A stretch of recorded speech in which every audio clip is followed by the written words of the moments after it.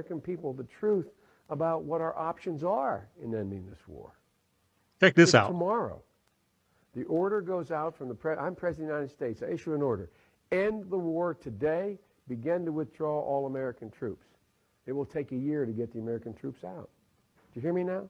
That's the truth. It will take a year to get them physically out. Now, if you leave all the equipment behind, you might be able to do it in 7 months. And you leave those billions of dollars of weapons behind, I promise they're going to be used against your grandchild and mine someday. Hey fam, back with another video, back with another reaction. Hope everyone out there had a good weekend. We got a banger today, y'all. We got a good reaction. We got some longer clips in today's video, so I hope you guys are okay with that. But before we get into the reaction, please leave me some comments down below, some topics you guys want me to get into. I would love to get your guys' feedback and put them in my reactions. So if you guys can do that, I'd really appreciate it. But hey, enough of the chit chat. Let's get into the reaction. Oh yeah, and stay tuned for the end of the video. I'm going to give you guys some details on when I'm going to be going live again. All right, here we go. Everyone's favorite man. That's how we're starting off the show. Sit back and enjoy the reaction, y'all. Don't get too creeped out. The Navy has a ship that never has to come back for gas because it just takes the water from the ocean, extracts the hydrogen atoms, and pushes it into a chamber for engine combustion, and they run on hydrogen. They don't run on gas anymore. Matter of fact, that's the wave of the new future. Rolls-Royce developed the airplane engine that runs on hydrogen, and all the cars, including all the EVs, are going to go in the garbage can. All cars are going to be hydrogen-based in the next 10 years. Mark my word. Astrophysicists communicate and send information out into space to connect with ET or talk to ET on the hydrogen frequency, most abundant frequency in the universe. Now, when you look at the Great Pyramid, it's got these giant shafts on the sides that align with Orion, Aldebaran, Arcturus, and all these other star systems on specific time frames. But what's happening is on specific alignments, they were transmitting on the hydrogen frequency. And this is now my own hypothesis, updates to those star systems. Because why have those shafts pointed at star systems? Why have them have the capability of shooting hydrogen through those shafts? To me, it's a communications device, the same way we're using right now today in modern astrophysics. What about, you ever meet one of those guys who's like, All I got to say is you better find the company, the startup company like Tesla, right? Imagine if you found Tesla 20 years ago when he was barely making it and his stock was 10 cents a stock, even cheaper, 10 cents on the penny, right? Do some research, y'all. You might find a hydrogen company, invest $100, 10, 20 years from now, that stock's worth millions. That's how you do it. you know, when 9/11 happened, they're like, I'm going over there. Yeah. Thank Pat God Tillman. for guys like that. Yeah. Because I'm like, oh, take care of it for I'm going to us. stay here. Pat Tillman. Pat He Tillman. left being a fucking NFL star to go over there. Insane. And he got killed by friendly fire. Friendly fire. Oh, you hate to hear And they had to it. hide it. They had to hide it. Oh, yeah. no, he was a hero. He was Well, that not that he wasn't a annoying? hero, obviously. He was just He's still a hero. a Just in the bummer wrong of a place. guy? Like a No, bad I hang? think it was an No, accident. no. It was an Oh, accident. it was an accident. I thought they were like, Some this people said guy's it was on brutal. purpose. Some people say it was on purpose. Like That's what I because he heard. started to see like, oh, this is fucking pointless. What are we doing here even? And then like, oh, we got to shut him up. Keep him a hero. Oh, no. Is a theory. I don't Boy, know. I hope not. Yeah. God, you hope not. What's a conspiracy theory that you 1,000% Oh, we getting into it. believe in? The United States military murdered Patrick Tillman in order to stop him from speaking out against Bush and the Iraq War. If you're a fan of the NFL or watched the news at any point in the early 2000s, then you probably recognize Patrick Tillman. He was a former NFL player who gave up a lucrative multi-million-dollar NFL contract in order to serve his country and enlist in the Army in the wake of 9/11. Tragically, he died in the line of duty, and the official story was that he was killed in an enemy ambush. For his bravery, he was awarded a Silver Star, the Purple Heart, and given a nationally televised memorial service. However, further investigation About my motivational clip at the end. Y'all wanted to do a nice Pat Tillman motivational clip. proved that not only was this One of them story days. true, but that the Army intentionally lied about the circumstances surrounding Tillman's death, both to the American public and to the Tillman family. You see, Tillman was actually killed by friendly fire, and not just the stray bullet collateral damage type of friendly fire. No, he was shot 3 times in the head from an M16 rifle which was fired from just 10 yards away. Now, you might be wondering right now how a trained soldier could possibly accidentally shoot his own comrade in the head 3 times at such a close range.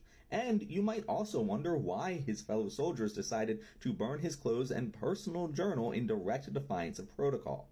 But these are soldiers in a chaotic war zone after all. I mean, crazy stuff like this happens all the time in these situations. That alone is not evidence of homicide. After all, why would the Army want to kill their nationally beloved poster boy? Well, as it turns out, Tillman was not going to stay their poster boy for very much longer. Contrary to popular belief, Tillman was actually a liberal who opposed Bush and the invasion of Iraq. You see, he enlisted to serve his country by finding Osama bin Laden in Afghanistan, not to hunt for non-existent WMDs in Iraq, a war which Tillman described to friends as, and I quote, so fucking illegal. And to cap it all off, at the time of his death, Tillman was scheduled to meet with Noam Chomsky, one of the most vocal critics of the Iraq War. Of course, this meeting never happened because he was killed by his fellow soldiers. So what do you think? Did Pat Tillman just happen to be shot in the head 3 times on accident by his fellow comrades at close range right before he was about to go public with his criticisms of the war? Or did the U.S. Army intentionally have him murdered in order to avoid a PR nightmare? The world almost ending in 2000, better known as Y2K. People really thought it was the end of the world. Does anybody remember this? I was 10 years old, 9 years old, actually. So, I don't really remember. But anyone that was older that was actually knew what was going on, were you guys freaked out? Were you guys stocking up on stuff? I think a lot of people were. I really do. Let me know down below if you were one of them. And it would all be caused by a computer bug. But the bug was very real. They just spent a lot of time and money fixing it. But if they didn't, who would have known what would happen? Pretty much here's what this bug did. All computers, electronic devices, they all were set for the 1900s. Instead of lapping over to 2000, they'd reset to 1900. They weren't programmed properly. And this was global. So banks, hospitals, schools, airports, everything like that. Their computer systems would just corrupt. Everything would shut down. We would lose power. We would go back to the dark ages. It was so huge that even companies were jumping on board with it. The Y2K bug was real. Everyone thought nuclear power plants were going to melt and explode. Airplanes would fall from the sky. Everything electrical would just give up. Which is pretty crazy when you think about it. We definitely didn't know as much about technology then as we do now. A lot of people started preparing, stocking up on food, building shelters, all kinds of things. I've heard some pretty wild stories. So tell me, what did your family do to prepare for Y2K? Honestly, mine didn't do anything, but I want to hear some good stories on what people have done. The world ended in 2012. Remember in the year 2020, when people believed that we were actually in the year 2012 because of the switch from the Julian calendar to the Gregorian calendar in 1752, and that the belief that the world was going to end in 2012 or 2020 could actually be true. What if they were right? I don't know about you, but time has been passing by faster than ever, and everyone has been so negative. And let's not forget the biggest event of 2020. You know, the global pandemic that led to the death of millions, the close down of businesses, economic crisis, and the stay-at-home orders. What if the world as we know it did end? We just didn't notice. Theories suggest that we are currently living in a different reality, and while some believe that the world actually ended in our perceived 2012, and others believe it ended in the Julian calendar 2012, both agree that there has been some sort of paradigm shift that has altered reality as we know it. And we all should know by now that there are hidden messages in our films and TV shows. So what if the film 2012 was trying to tell us something? But what do you think? Have you noticed anything strange lately? Life in Hollywood, Whitney Houston. This one gon' hit, cause she ain't deserve what happened to her. I don't know how you're a multi-platinum selling artist and you die broke. Oh wait, yes I do. Devils like this. The Clyde Davises of the music industry. Suck you dry, take your soul, and leave you hanging out to dry. I'ma let my man over here say it best. What do all entertainers do when they run out of money? So their masters publishing. What's the first thing they start looking at? They publishing their masters. They publishing yes. their masters yes. and all the royalties that I never got. Yes. Yes. So Whitney Houston broke the Beatles record. Yes. Whitney Houston broke Elvis's record. Whitney Houston is the only black artist ever, not even Michael Jackson, to have 3 certified diamond albums. I Will Always Love You is the highest selling female song in world history. You understand me? And she broke? Facts. I ain't never heard. Whitney was going to order an audit on her publishing, her royalties, her masters. And there's somebody who couldn't afford that to happen. I will forever believe that Brandy Hart. knows who's responsible for Whitney Houston's death, and she is scared to speak up. Now, word on the street is Clyde Davis had her off for her catalog just like they did Michael Jackson. Let me tell you why. Just 2 days before she died, Whitney crashed an interview with Brandy, Monica, and Clyde Davis and passed a mysterious note to Brandy.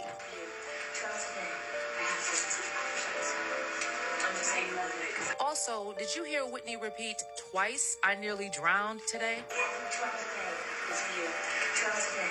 You telling me 2 days before she died, she interrupted an interview with a music mogul and 2 living legends to pass Brandy a note that nobody to this day knows what it says. And she says, when she interrupted this interview, very important, she says, "I nearly drowned today. I nearly drowned today." And 2 days later, she drowns. That's a coincidence. And y'all know Whitney Houston died Grammy weekend, and Clyde Davis had a party in the same hotel that she passed away in, and he didn't cancel it. While her body was upstairs, he was downstairs partying the night away.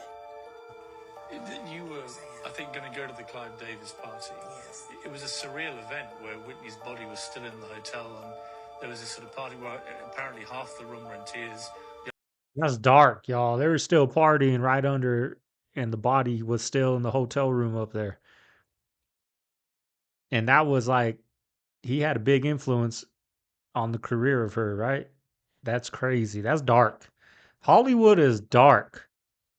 The other half were kind of partying. What did you feel about that? I thought that was complete insanity.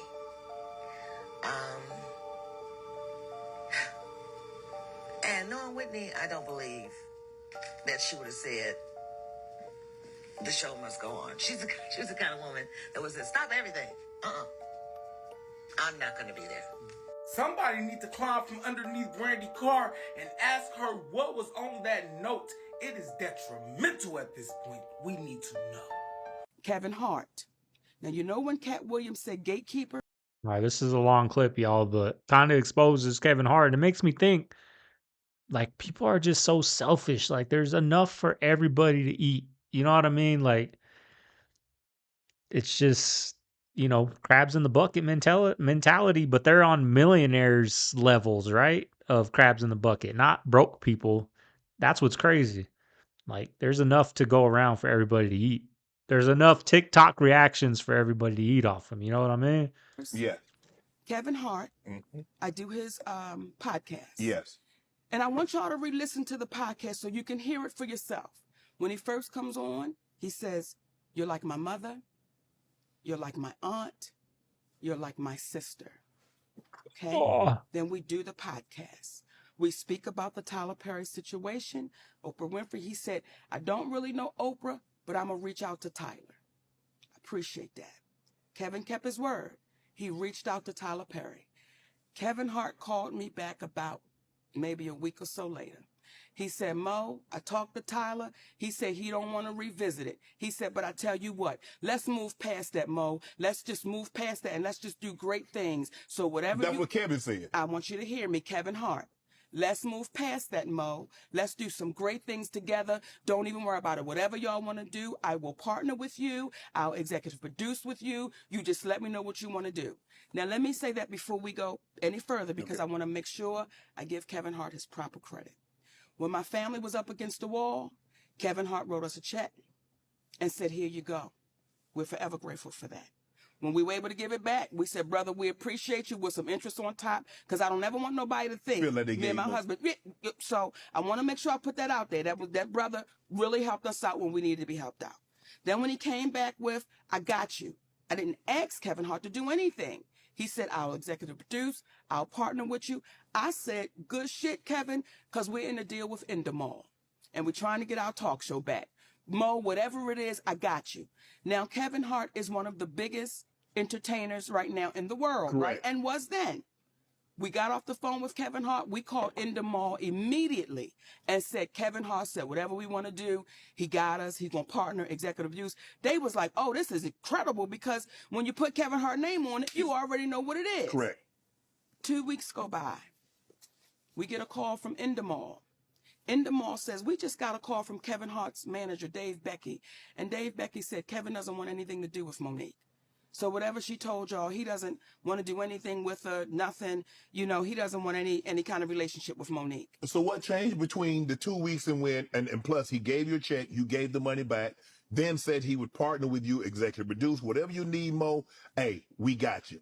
So what transpired, or what do you think transpired between then, that 2 week period? Well, soon as we got off the phone and they told us what Kevin's manager, David Becky, said, I called Kevin Hart immediately.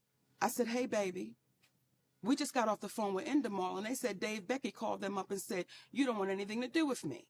He said, Mo, that's a miscommunication. I can tell you right now. I said, wait a minute. Are you okay, though, with this white man calling them up? Getting in between our relationship at something you said. He said, Mo, that's a miscommunication, and we're going to talk Tuesday. Don't worry about it. I'm telling you right now, it's a miscommunication. That was 2 years ago. If you talk to him, I talk to him. I've never talked back to Kevin Hart again. So that's what we're faced with. When you allow somebody to come in between a relationship with a woman that you said, I'm like your mother. You said I'm like these things. I didn't ask you for that. So everything that baby was saying sitting here, everything he was saying was on the up and up, because when you hear people say, get the anger out your heart. Oh, man, no one's saying he's lying. No one ever said I was lying. It's so easy to discount and devalue because of what we look like. Right. When we have our juggernauts, Oprah Winfrey, Tyler Perry, Steve Harvey, Kevin Hart, these are our juggernauts of our community. These are the people that our babies say, when I grow up, I want to be that. Yes. I want to be like that. So we have to call those people to the mat and say, listen, what are you teaching our babies? You're feeding poison because you're showing them your private jet. I'm going to show you my mansion. I'm going to show you my fancy cars. But my character is shot and I'm bankrupt. I got a lot of money in my bank. It's more zeros than some of them than we can imagine. But their character, they are bankrupt. Those are bankrupt people. So everybody that Kat sat right here and told you about, I can't wait to see your next interviews with those people. They ain't coming on now, Mo. I have. They not going to do it? Well, look, I've already done Steve. I have a relationship with Steve. Do him again. Do him again. And I'm going to say this. I'm trying to get Oprah and Tyler, though. Baby, we got him. Y'all, come on, stop playing. They ain't coming on, Mo, thanks to you. Okay, so it sounded like Kevin Hart wanted to do all that, but a higher up, whether it be Tyler Perry, because he already said, let me patch it up with you guys. He didn't want to do it. Maybe it was Tyler Perry. Maybe it was that manager dude that called that said, if you do this with her, like, she's blacklisted. She can't. She's done. So kind of, you know, the bankrupt characters, right? Bankrupt characters. But at the end of the day, they can look as happy as they want, be as happy as they want in front of a camera. But they got to look at themselves before they go to sleep. They got to go to bed at night. That's when that bankrupt character shows up. Crazy. The American people the truth about what our options are in ending this war. Check this out. Tomorrow, the order goes out from the I'm President of the United States. I issue an order. End the war today. Begin to withdraw all American troops. It will take a year to get the American troops out. Do you hear me now? That's the truth. It will take a year to get them physically out. Now, if you leave all the equipment behind, you might be able to do it in 7 months. and you leave those billions of dollars of weapons behind, I promise they're going to be used against your grandchild and mine someday. And you leave those billions of dollars of weapons behind, I promise they're going to be used against your grandchild and mine someday. The USDA did approve lab-grown meat, but no supermarkets sell it yet. And Italy actually just banned it, but it seems like it'll be on the shelves in the US eventually. Here's a quick explanation of what lab-grown meat even is. Some companies use something called immortalized cells that replicate over and over again, kind of like a tumor because they grow nonstop. And so they take those immortalized cells and make them grow into something that resembles meat. To grow it, they take the cells and bathe them in hormones and other chemical growth factors. The normal question now is, oh, which chemicals? A lot of companies won't tell the public which chemical formulas they use because they say it's a trade secret. To be honest, I'm fine just sticking with regular chicken or meat like this. Are y'all gonna try lab-grown meat though? Let us know in the comments. There you have it, y'all. We probably already are eating lab-grown meat. We've probably been doing it for about 30 years. They're barely it's barely coming out now, right? We've probably been eating it. So yeah, but anyways, I hope you guys enjoyed the reaction. We had a lot of longer clips there. Hope you guys like that.